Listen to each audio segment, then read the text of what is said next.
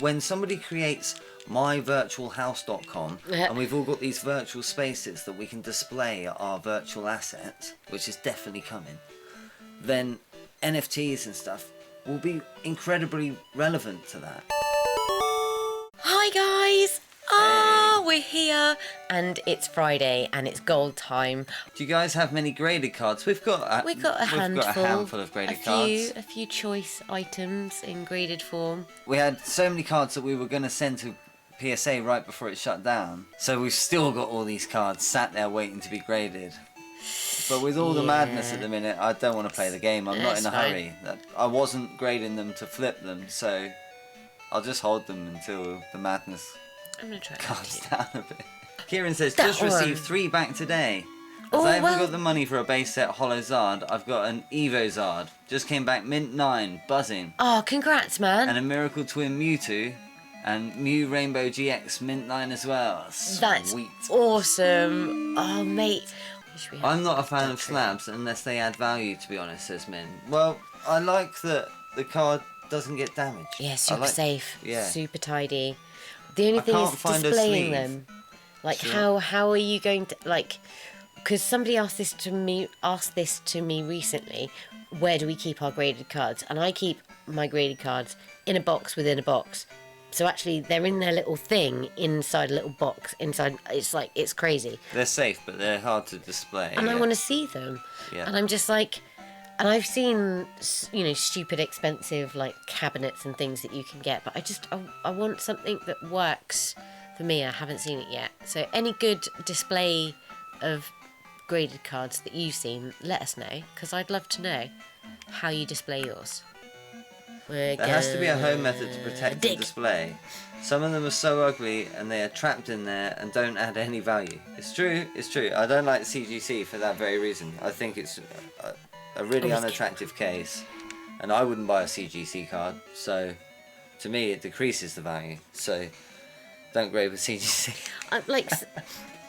So I thought that PSA was the more regardable one, not PSA Beckett. is the longest established one. It's recognised, and the reason that PSA will be hard to challenge is because it's been around so long and so many people have already graded cards with PSA, and collectors want a collection.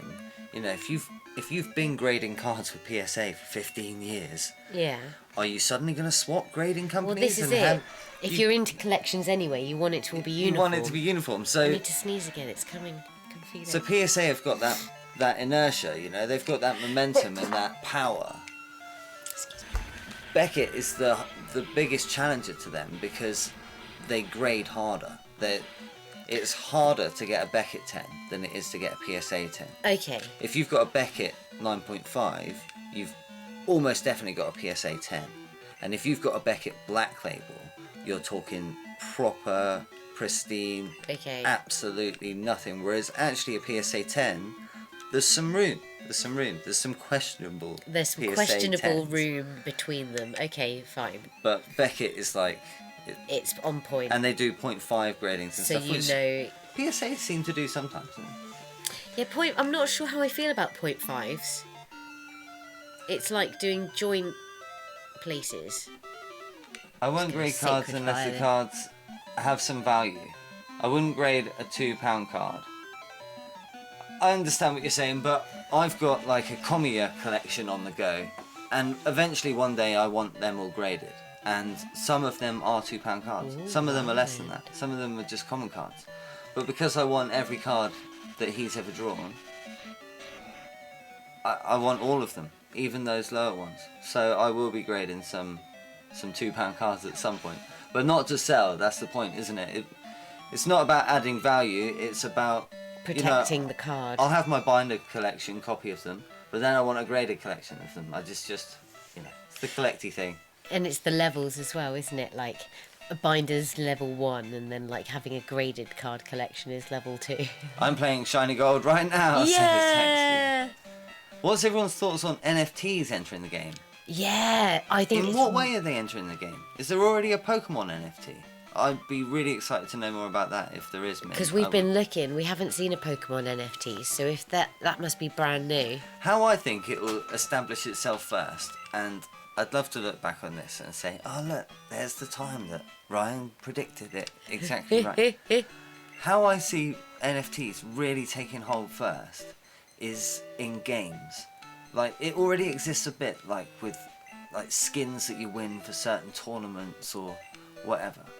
But at the minute they're stuck within their game. You don't own them outside of the game world. You can't take it with you into your little virtual house and display it. Like, you know, when somebody creates myvirtualhouse.com and we've all got these virtual spaces that we can display our virtual assets, which is definitely coming, then NFTs and stuff will be incredibly relevant to that. And I think, take the online version of the Pokemon game where you can already open packs and you own those cards, but you can't take them outside of the game.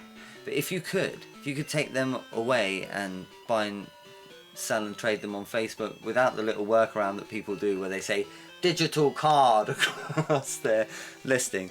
Are you even listening anymore? I'm not. I zoned out. I hope you guys are, because otherwise I'm just sitting in a room talking to myself. Yeah, no, I got distracted when I got here. Oh, Libby, secret gin that, says Jay.